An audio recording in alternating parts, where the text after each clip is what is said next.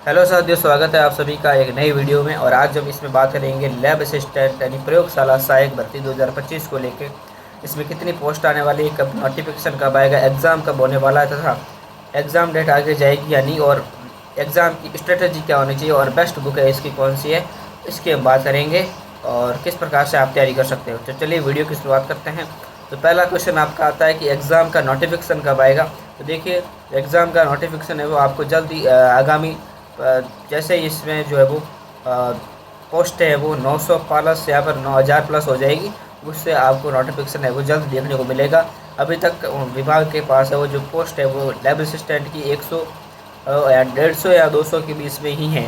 जब तक उनको है वो पूरा डाटा नहीं मिल जाता तब तक वो नोटिफिकेशन है वो नहीं निकाल सकते। जैसे ही उनके पास क्लियरली 900 या 1000 पोस्ट का जब डाटा पहुंचेगा तब है वो नोटिफिकेशन है वो निकाल देंगे। यानी जब बात करें तो आगामी है वो 1-2 सप्ताह में है वो आपका नोटिफिकेशन आने की है वो पूरी संभावना है और ऑनलाइन आवेदन है वो शुरू हो जाएंगे। दूसरी बात है एग्ज़ाम कब होगा। तो देखिए, एग्ज़ाम की डेट दी हुई है वो आपके 2 नवंबर दी हुई है। तो समथिंग की बात करें तो अगर इसमें पोस्ट आती है, अगर नोटिफिकेशन अभी आ जाता है तो 2 नवंबर को है वो एग्ज़ाम हो जाएगा। और इसमें थोड़ा डिले हो, अगर नोटिफिकेशन डिले हो जाता है तो आपका एग्ज़ाम है वो 2026 तक भी जा सकता है। ठीक है, और आपको है वो अपनी तैयारी है वो 2025 एग्ज़ाम 2 नवंबर 2025 मान के ही करनी है। एग्ज़ाम डेट आगे किसके है ना किसके। ठीक है, आगे की बात करते हैं।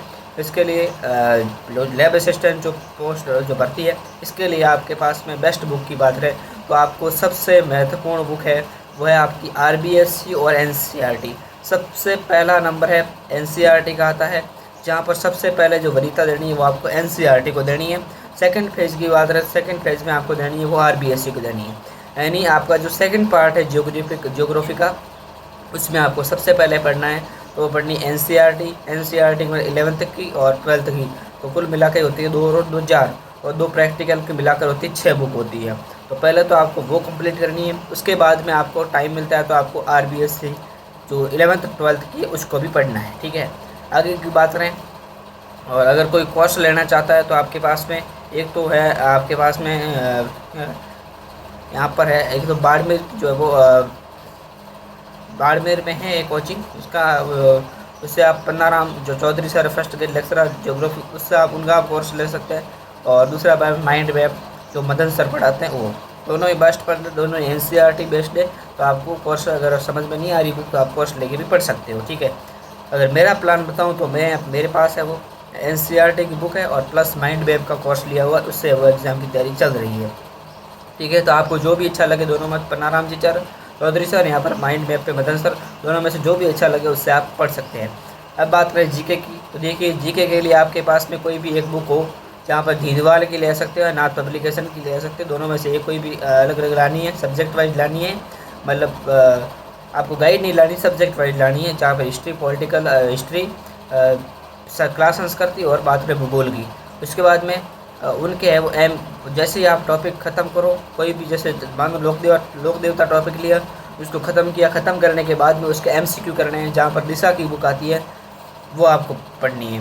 दिशा की बुक के जितने भी एमसीक्यू होते हैं उसमें डिटेल में और उसका व्याख्या की सारा पढ़ना है। उसके बाद में आपको टॉपिक वाइज टेस्ट लगाने हैं। ठीक है, ये हो गए।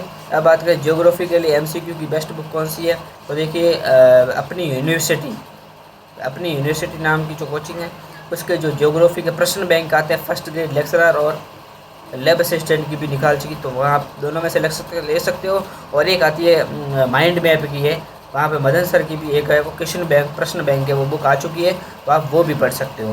तो दोनों में से आपको जो बेहतर लगे वो आप ले सकते हो। तो पहले आपको अपनी थ्योरी कंप्लीट करनी है, थ्योरी के बाद में उसके एमसीक्यू करने, एमसीक्यू के बाद में पीवाईक्यू करने, पीवाईक्यू के बाद में टॉपिक वाइज आपको टेस्ट देने, और टॉपिक वाइज टेस्ट देने के बाद में आपको फुल लेंथ टेस्ट है वो देने हैं। और अपनी तैयारी को आप अभी से भी मदद कर सकते हैं। अगर आपके पास अभी तक 3 महीने हैं, आप अगर शुरू करते हो तो अभी आपको वो आराम से वो 2 महीने में सिलेबस हो जाएगा। 1 महीने रहेगा वहाँ पे रिविज़न टेस्ट और वो सारा काम हो जाएगा। तो सबसे ज़रूरी काम होता है वो रिवीजन, फिर उसके बाद में टेस्ट। ठीक है, तो थ्योरी पढ़ने से कुछ नहीं होगा, पहले आपको जो टॉपिक पढ़ेगा उसके डिटेल में आपको रिवीजन करना है, जब तक याद नहीं हो फिर उसके टेस्ट एमसीक्यू करना है, फिर उसका टेस्ट देना है। इससे आराम से आपका वो लैब असिस्टेंट प्रयोगशाला सहायक भर्ती वो निकल जाएगी और इसका नोटिफिकेशन है वो जल्द देखने को मिलेगा और आप अपनी तैयारी है वो बेहतर बना सकते हैं। तो इसी प्रकार से आप तैयारी कीजिए, और यदि जानकारी अच्छी लगी हो तो चैनल को सब्सक्राइब कर लीजिएगा, बेल आइकन को प्रेस कर लीजिएगा ताकि आने वाली सभी वीडियो का नोटिफिकेशन मिले। और प्यारा सा लाइक और एक प्यारा सा कमेंट जरूर कीजिएगा और वीडियो को शेयर जरूर कर दीजिएगा। थैंक यू, धन्यवाद।